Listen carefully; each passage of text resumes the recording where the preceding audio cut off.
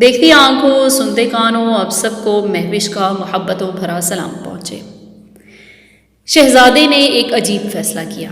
ایک بادشاہ کو کسی شخص نے قتل کر دیا، لیکن وہ قاتل جلد ہی پکڑا گیا اور اسے قاضی کے سامنے پیش کیا گیا۔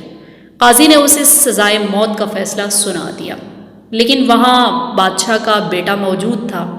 شہزادے نے اس شخص کو حیران کن طور پر معاف کر دیا اور قاتل کو نیا بادشاہ بنانے کا فیصلہ کیا، یعنی اپنے باپ کے قاتل کو اس نے بادشاہ بنا ڈالا۔ شہزادے کا یہ عجیب فیصلہ سن کر سب درباری ششدر رہ گئے۔ ان میں سے ایک نے ہمت جتا کر شہزادے سے اس عجیب فیصلے کی وجہ پوچھ لی تو شہزادے نے بتایا کہ جس دن اس شخص نے میرے باپ کو قتل کیا، اسی دن میں اپنے باپ کو خود قتل کرنے والا تھا تاکہ میں بادشاہ بن سکوں، لیکن اس شخص نے جب میرے باپ کو قتل کیا تو مجھے اپنے باپ کے مرنے کا بہت زیادہ دکھ ہوا اور مجھے اپنے گناہ پر بہت زیادہ شرمندگی محسوس ہونے لگی۔ تو میں ایک بابا جی کے پاس گیا اور ان سے کہنے لگا کہ میں کیسے اپنی یہ شرمندگی ختم کروں۔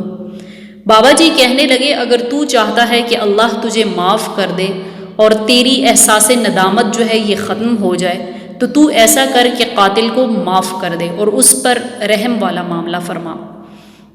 تو اس شہزادے نے اس قاتل کو معاف کر دیا تاکہ اللہ تعالیٰ اس کے بدلے میں اس کو معاف کر سکے، کیونکہ اللہ تعالیٰ فرماتا ہے کہ تم میرے بندوں پر رحم کرو، میں تم پر رحم کروں گا۔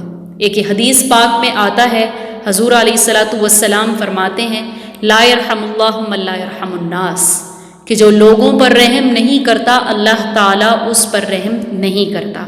اس لیے ہمیں ایک دوسرے کے ساتھ رحم والا معاملہ فرمانا چاہیے۔ ویڈیو پسند آئی ہو تو لائک اور سبسکرائب کرنا مت بھولیے گا۔ السلام علیکم ورحمۃ اللہ۔